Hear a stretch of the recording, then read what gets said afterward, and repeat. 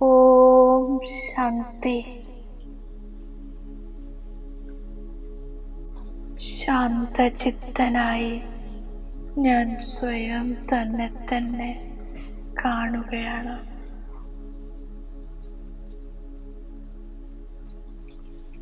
എൻ്റെ പൂർണ്ണ ദിനചര്യ ഞാൻ കൺമുന്നിൽ കാണുന്നു, വിഷ്വലൈസ് ചെയ്യുന്നു. ഞാൻ ആത്മാ നടക്കുമ്പോഴും കറങ്ങുമ്പോഴും ഓരോ കർമ്മം ചെയ്യുമ്പോഴും യോഗയുക്തമാണ്. അമൃതവേളയിൽ ഞാൻ ആത്മാ പരമധാമത്തിൽ നിന്നും അവതരിച്ച് സ്നേഹി ബാബയോട് ഗുഡ് മോർണിംഗ് പറയുന്നു. ഫരിസ്തയായി ബാബയിൽ നിന്നും സർവശക്തികളാലും ഞാൻ എന്നെ ചാർജ് ചെയ്യുന്നു. എൻ്റെ ഓരോ ശക്തിയിലും വൃദ്ധിയുണ്ടാകുന്നു. ഞാൻ സർവശക്തികളാലും സ്വയം തന്നെ സമ്പന്ന അനുഭവം ചെയ്യുന്നു. സ്നാനം ചെയ്യുമ്പോൾ ഞാൻ എൻ്റെ ദേഹമാകുന്ന മന്ദിരത്തെ ശുദ്ധമാക്കുകയാണ്. കൂടെ എൻ്റെ മനസ്സിനെയും ശുദ്ധമാക്കുന്നു. ശക്തികളാകുന്ന സോപ്പ് കൊണ്ട് അവയവങ്ങളെ കഴുകുകയാണ്. വിശേഷ രൂപത്തിൽ ചെക്ക് ചെയ്ത് എല്ലാ സൂക്ഷ്മ അഴുക്കുകളെയും ഞാൻ കഴുകിക്കളയുന്നു.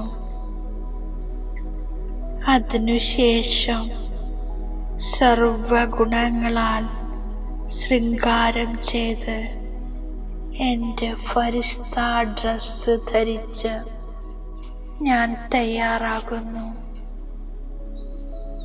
ഞാൻ ഫരിസ്ത നടക്കുമ്പോഴും കറങ്ങുമ്പോഴും 4 ഭാഗത്തും ശക്തികൾ പ്രവാഹിതമാക്കുന്നു. എനിക്കു ചുറ്റും പ്രകാശവലയം തിളങ്ങുന്നു. എന്നിൽ നിന്നും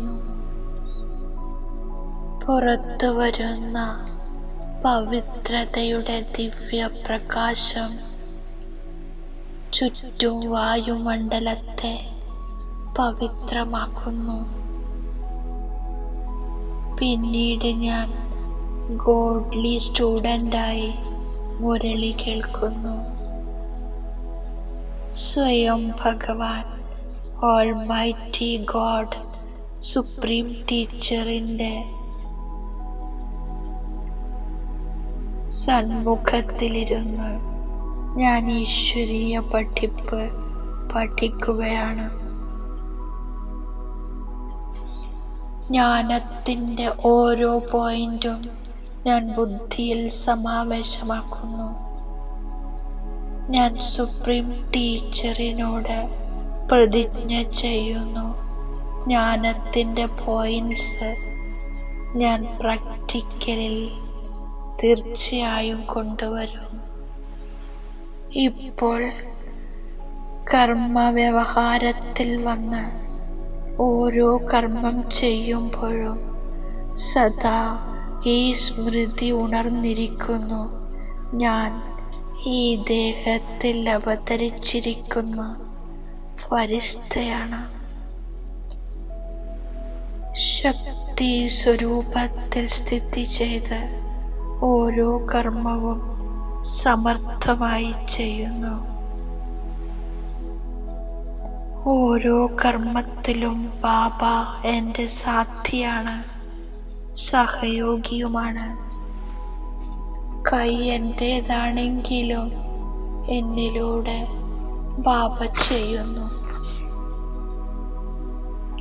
ഭോജനത്തിന് മുമ്പ് ഞാൻ ബാബയ്ക്ക് വളരെ സ്നേഹത്തോടെ ഭോഗം സ്വീകരിപ്പിക്കുന്നു. പിന്നീട് ബാബയെ ആഹ്വാനം ചെയ്ത് ബാബയുടെ കൂടെ ഭോജനം കഴിക്കുന്നു. സമ്പൂർണ്ണ ഫരിസ്ത ബാബ എന്നെ സ്നേഹത്തോടെ ഭക്ഷണം കഴിപ്പിക്കുന്നു. എൻ്റെ മനസ്സും ശരീരവും ശക്തിശാലിയാകുന്നു. പിന്നീട് സന്ധ്യാസമയത്ത് ഞാൻ പരംപവിത്ര ഫരിസ്ത മാസ്റ്റർ ദയാസാഗരനായി മുഴുവൻ ലോകത്തിനും ശക്തിശാലി പ്രകമ്പനങ്ങൾ നൽകുന്നു. വിശ്വത്തിൽ ശക്തികളുടെ ദാനം ചെയ്ത് എൻ്റെ ശക്തി വൃദ്ധി പ്രാപിക്കുന്നു. ബാബ എന്നിൽ കൂടുതൽ ശക്തികൾ നിറക്കുന്നു.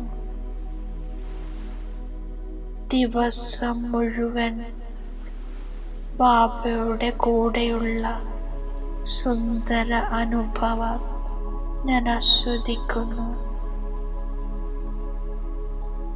രാത്രി ഉറങ്ങുമ്പോഴും എൻ്റെ സൂക്ഷ്മ കാര്യങ്ങളെല്ലാം ചുരുക്കി ബാബയുടെ കൂടെ വിശ്രമിക്കാൻ പരമധാമത്തിലെത്തുന്നു. ബാബയുടെ സുഖദായി മടിത്തട്ടിൽ ഉറങ്ങുന്നു.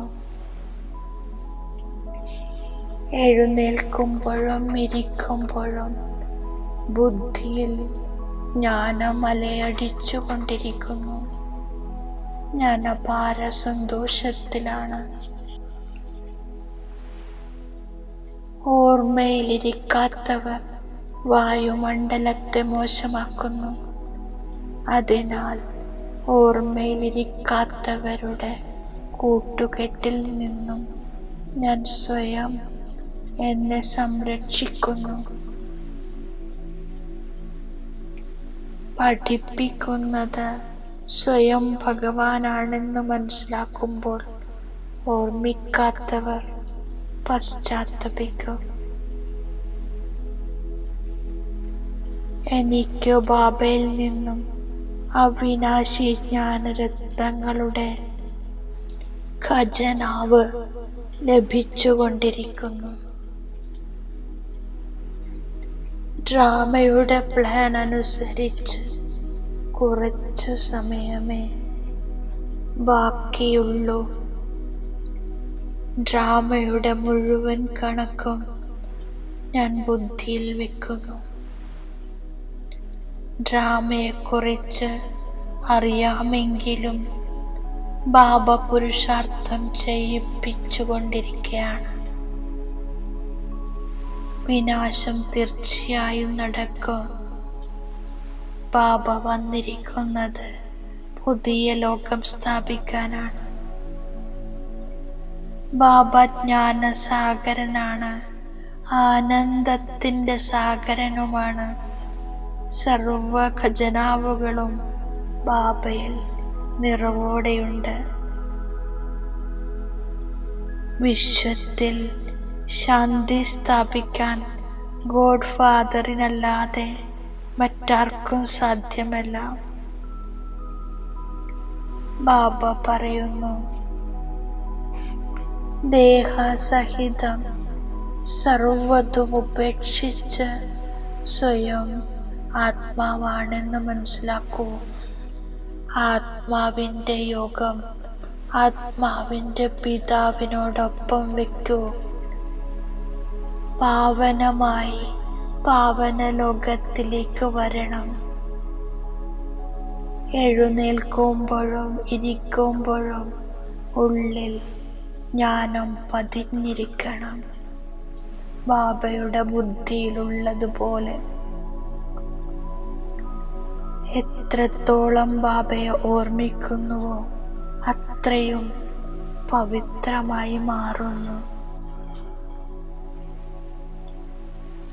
പരിധിയില്ലാത്ത അച്ഛൻ പരിധിയില്ലാത്ത സുഖം നൽകുന്നു. ഞാൻ ബാബയെയും ബാബയുടെ സമ്പത്തായ കൃഷ്ണപുരിയെയും ഓർമ്മിക്കുന്നു. ഇപ്പോൾ എല്ലാവരുടെയും മാനസികാവസ്ഥ ക്ഷയിച്ചുകൊണ്ടിരിക്കുന്നു. ആത്മാവിൻ്റെ ശക്തി മുഴുവനും ഇല്ലാതായി. പുരുഷാർത്ഥത്തിൽ ഒരിക്കലും ക്ഷീണിക്കരുത്. പൂർണ്ണമായ തിരിച്ചറിവില്ലാത്തതു കാരണം ഇപ്പോൾ ആർക്കും അന്യോന്യം ബഹുമാനമില്ല. ബാബയെ ഓർമ്മിക്കുകയാണെങ്കിൽ തീർച്ചയായും സഹായം ലഭിക്കും. ഓർമ്മിക്കുന്നില്ലെങ്കിൽ അവർ പതിതരാണ്. ഓർമ്മയിലിരിക്കാത്തവർ വായുമണ്ഡലം മോശമാക്കുന്നു. അവരുമായി കൂട്ടുകൂടാൻ പാടില്ല. ഓർമ്മ കൂടാതെ ഒരിക്കലും പാവനമാകാൻ സാധ്യമല്ല. ബാബ കുട്ടികൾക്കു വേണ്ടി പതിത ലോകത്തെ നശിപ്പിക്കുന്നു. ഞാൻ സത്യയുഗത്തിൽ സന്തോഷത്തിൽ നൃത്തം ചെയ്യുന്നു. ഇവിടെയുള്ള ഒരു വസ്തുവിനോടും ഹൃദയത്തിൻ്റെ പ്രീതിയില്ല. ഇതെല്ലാം കണ്ടുകൊണ്ടും കാണാതിരിക്കുന്നു. ഞാൻ ശിവബാബയുടെ ഓർമ്മയിലൂടെ പാപങ്ങൾ ഭസ്മമാക്കുന്നു. മുഴുവൻ ആധാരവും പവിത്രതയിലാണ്. അതുകൊണ്ട് പതിതരുടെ അംഗത്തെപ്പോലും സ്പർശിക്കാതിരിക്കാൻ ശ്രദ്ധിക്കുന്നു. മധുരമായ അച്ഛൻ്റെയും മധുരമായ രാജധാനിയുടെയുമല്ലാതെ മറ്റൊന്നും സ്മൃതിയിൽ വെക്കുന്നില്ല. ബാബയുടെ വരദാനത്തെ ഞാൻ സ്മൃതിയിൽ ഉറപ്പാക്കുന്നു. പരിധിയുള്ള ഇച്ഛകളെ ഉപേക്ഷിച്ച് നല്ലതായിത്തീരുന്ന ഇച്ഛ മാത്രം അവിദ്യയായി ഭവിക്കട്ടെ. മനസ്സിൽ പരിധിയുള്ള ഇച്ഛകളുണ്ടെങ്കിൽ നല്ലതായി തീരാൻ സാധ്യമല്ല.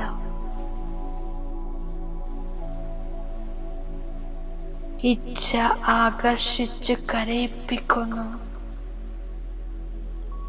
അതിനെ ഉപേക്ഷിക്കുമ്പോൾ അത് നിഴൽ പോലെ പുറകെ വരും.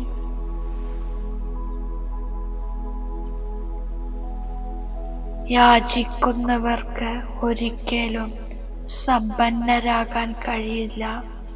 അതിനാൽ ഇച്ഛകളിൽ നിന്നും സുരക്ഷയോടെ ഇരുന്ന് ഇച്ഛ മാത്രം അവിദ്യയാകുന്നു.